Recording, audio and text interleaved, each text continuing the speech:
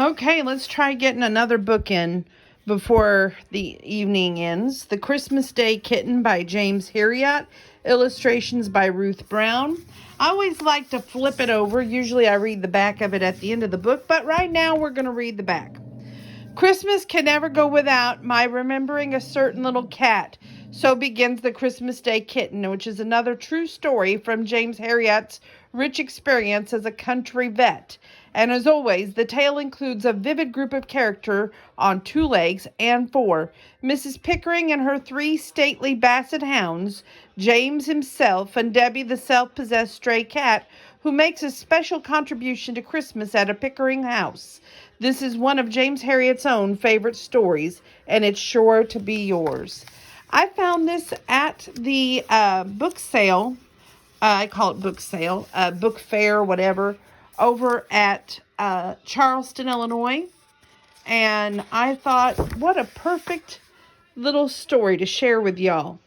Noticed it was printed in the USA, 1976-86. James Herriot, and illustrations Ruth Brown.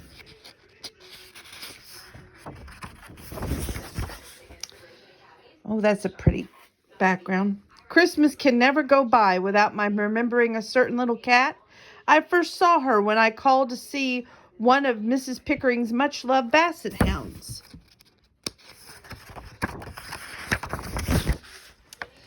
I looked in some surprise for a creature moving quietly down the hall. I didn't know you had a cat, I said to Mrs. Pickering, who was plumpish, pleasant-faced woman. Mrs. Pickering smiled. We haven't really. Debbie is a stray. She comes here 2 or 3 times a week, and we give her some food, and I don't know where she lives. Do you ever get the feeling that she wants to stay with you, I asked. No, Mrs. Pickering shook her head. She's a little timid thing. Just creeps in, has some food, and then slips away. She doesn't really want to let me help her in any way. I looked at that little tabby again, but she just isn't having any food today. It's a funny thing, but every now and again she pops through into the sitting room and sits by the fire for a few minutes. It's as though she's giving herself a treat.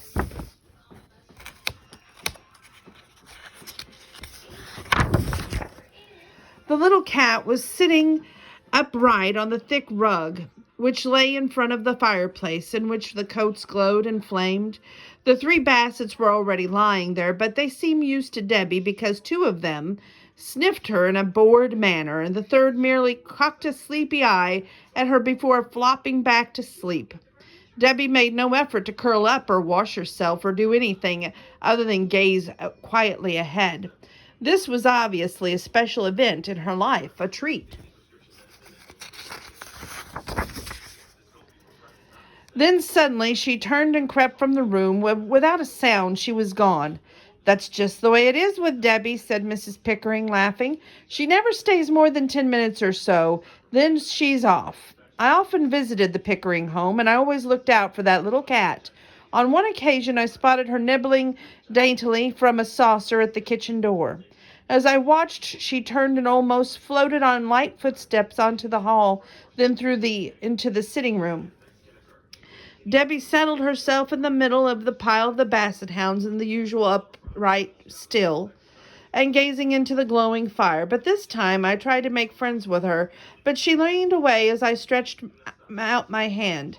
However, I talked her to us softly, and I managed to stroke her cheek with one finger. Then it was time for her to go. Once outside the house, she jumped onto the stone wall and down the other side, and the last time I saw that little tabby figure flitting across the grassy field. I wonder where she goes, I murmured.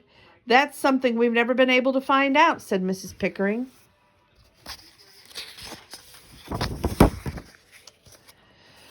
It was 3 months later, the next time I heard from Mrs. Pickering, and it happened to be Christmas morning. I'm sorry to bother you today of all days, said Mrs. Pickering apologetically. Don't worry at all, I said. Which of the dogs need attention? No, it's not the dogs, it's Debbie. She come to the house and there's something very wrong. Please come quickly.